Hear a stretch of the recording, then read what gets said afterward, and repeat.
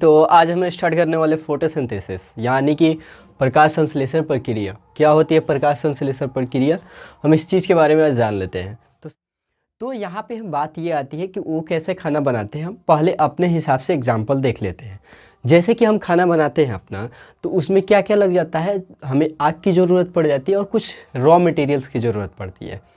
तो क्या उस पौधे के अंदर भी रॉ मटेरियल की आवश्यकता होती है? क्या उनको भी ईंधन यानी फ्यूल्स की ज़रूरत पड़ती है जिससे वो अपना खाना कंप्लीट कर सके? तो ये पूरा उसका डायग्राम है और इस डायग्राम के ज़रिए हम ये समझेंगे। ठीक है, तो आइए हम लोग समझते हैं इसके बारे में। तो सबसे पहले यहाँ पर देखिए, ये जो डायग्राम है ये है सन। ये एक पौधा है, ये उसकी निचली हिस्सा है जो मिट्टी वगैरह में रहता है। मिट्टी जो जड़ होती है ये जड़ है और इस जड़ के अंदर जल, क्योंकि मिट्टी के नीचे जल पाया जाता है। ठीक है, ये मृदा मतलब होता है मिट्टी। ये हमारा स्टोमेटा यानी खुला हुआ रंध्र है और ये क्लोज यानी कि बंद, यानी कि बंद क्लोज स्टोमेटा है, बंद रंध्र है। ठीक है, तो पहले बात जान लेते हैं कि फोटोसिंथेसिस प्रोसेस का वर्ड किसने इस्तेमाल किया गया था। तो वो वर्ड 898 में बोन्स नाम के साइंटिस्ट यानी वैज्ञानिक ने बताया था, इन्हीं एल्बोरेट किया था। देखो क्या होता है फोटोसिंथेसिस में, यहाँ से सूर्य की ऊर्जा किस पे पड़ती है, पत्तियों पे पड़ती है। ठीक है, यहाँ तक समझ लिए।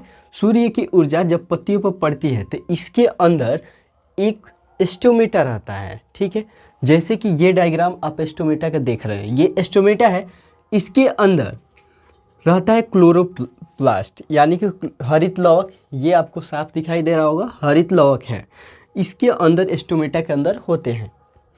जो जितना भी मतलब कि जो रसोई खाना यानी जहाँ हम खाना बनाते हैं उसको रसोई घर बोलते हैं, वैसे ही पौधा जो खाना अपना कंप्लीट करता है यानी बना लेता है वो होता है हरित लवक यानी कि क्लोरोफिल के अंदर। क्लोरोप्लास्ट जो होता है उसके अंदर क्लोरोफिल होता है, वहाँ पे वो अपना भोजन कंप्लीट करता है। ठीक है, अब देखते हैं कि कैसे तरह से अपना भोजन बनाता है। तो देखो इसके रॉ मटेरियल यानी कच्चा सामग्री, जैसे कि हम लोग दाल चावल कच्चा रॉ में लेते हैं, उसको पकाकर फाइनल हम लोग का चावल दाल तैयार होता है। उसी तरह प्रकाश संश्लेषण रासायनिक में जो रॉ मटेरियल होता है वो 6CO2 यानी कार्बन डाइऑक्साइड रहता है और H2O यानी जल होता है। तो 6CO2 ये कहाँ से मिलता है पौधों को, ये एटमॉस्फेयर जो वातावरण है वहाँ से कार्बन डाइऑक्साइड पौधे को मिल जाती है। और जो H2O यानी जल जो होता है वो कहाँ से मिलता है, ज़मीन से, यानी कि अपने जड़ के जरिए ये जल ले लेते हैं और बाहर से कार्बन डाइऑक्साइड ले लेते हैं। ठीक, अब देखो इन दोनों को बनाने के लिए किस चीज़ का कोई ना कोई फ्यूल की ज़रूरत पड़ेगा। तो फ्यूल के रूप में जो इस्तेमाल किया जाता है वो सूर्य की एनर्जी होती है, यानी कि सूर्य के जो हीट एनर्जी है वो पत्ते क्या करते हैं, एब्जॉर्ब कर लेते हैं। किसके लिए, ताकि उनका भोजन कंप्लीट बन सके। ठीक है, देखो अब इन दोनों का रिएक्शन होने के बाद क्या बनता है, हमें फाइनली प्रोडक्ट क्या बन के मिलता है। तो ये होता है 6C6H12O6, ये है ग्लूकोज बनाते हैं। दूसरा बनाते हैं O2 यानी ऑक्सीजन। अब देखो क्या होता है कि 6H2O का इस्तेमाल 2-3 चीज़ों में कर लिया जाता है। एक तो 6 यानी ग्लूकोज 612O6, ग्लूकोज का इस्तेमाल ऊर्जा बनाने में यानी कि अपना एनर्जी बनाने में इस्तेमाल करते हैं पौधे। अब इसमें कुछ और बच जाता है जो ग्लूकोज, उसको स्टार्च के रूप में स्टॉक कर लिया जाता है। उसका इस्तेमाल जैसे फल वगैरह हो गया, इन सारी चीज़ों में उसका इस्तेमाल कर जाते हैं और कुछ कार्बोहाइड्रेट बन जाता है इनके फल फ्रूट्स वगैरह के लिए। ठीक है, अब देखो बात यहाँ पे आती है कि ऑक्सीजन का क्या होता है, ऑक्सीजन बाहर निकल जाती है। अब हमने बताया था कि कार्बन डाइऑक्साइड एटमॉस्फेयर के ज़रिए लिया जाता है, तो वो कैसे लेंगे, तो पौधों की ये है एक पत्ती के अंदर ये होता है स्टोमेटा का जो पॉइंट्स को शो किया जाए बड़े स्केल पे तो ऐसा दिखेगा।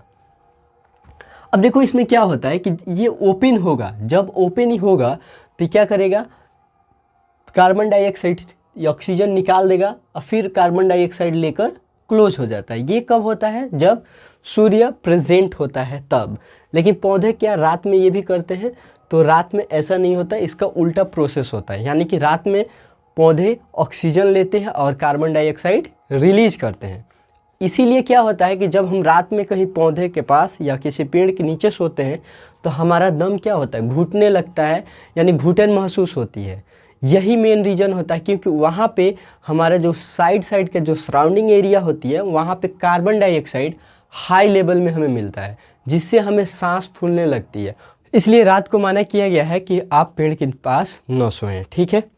इसी वजह से मेन रीज़न होता है। देखो, जब ये ओपन क्लोज कैसे होगा, स्टोमेटा ओपन क्लोज होता है कैसे होता है, इसको करता है गार्ड सेल। गार्ड सेल क्या है, ये जो साइड के ये वाला हिस्सा, ये वाला हिस्सा, दोनों हिस्सा आप देख रहे हैं, ये दोनों हिस्सा गार्ड सेल है, जो कंट्रोल करता है किसको, इसको ओपन होने में और क्लोज होने में। ओपन होने और क्लोज होने में गार्ड सेल इसका मदद करता है।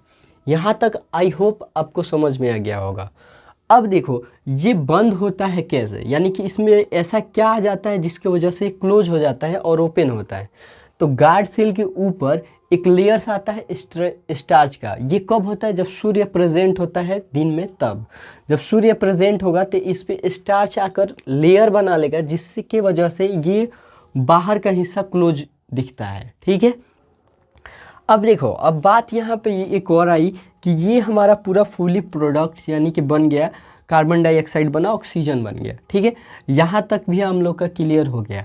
अब देखो क्या होता है कि जो प्रकाश, अगर मान लो कि रात में प्रकाश नहीं है तो क्या होगा, क्या पौधे अपना भोजन बनाते रहेंगे? पर ऐसा नहीं होता, क्योंकि रात में क्या होती है, क्योंकि ये प्रोसेस फोटोसिंथेसिस सूर्य की प्रेजेंट में होता है, यानी कि सूर्य जब होगा तभी फोटोसिंथेसिस प्रोसेस यानी कि प्रकाश संश्लेषण प्रक्रिया होगी। अदरवाइज अगर ये मान लेते हैं कि अगर रात में सूर्य नहीं है तो क्या होगा, सिर्फ पौधे सांस लेंगे, यानी कि ऑक्सीजन लेंगे, कार्बन डाइऑक्साइड छोड़ेंगे, ये इनका प्रोसेस चलता रहेगा। ओके, अब देखो क्या होता है कि ठंडियों के दिनों में, ठंडी जैसा होता है, ठंडी के दिनों में सूर्य निकलता ही नहीं है, तो तब क्या होगा, तब तो इन लोग का ये नहीं बनता है ना, खाना इन लोग का बन नहीं पाता, इनका फोटोसिंथेसिस यानी प्रकाश संश्लेषण प्रक्रिया कंप्लीट नहीं होती होगी। तो उस समय कहाँ पौधे कहाँ से अपना खाना बनाते? तो हमने आपको बता दिया है कि जो ग्लूकोज बचा रहता है उसका इस्तेमाल स्टार्च के रूप में पौधे स्टोर कर लेते हैं। अगर जिस दिन सूर्य नहीं उगा या नहीं प्रेजेंट हुआ, उस दौरान क्या करेंगे, ये वहाँ से अपना एनर्जी यानी स्टार्च के रूप में जो ग्लूकोज है उसको से एनर्जी अपना बना लेंगे।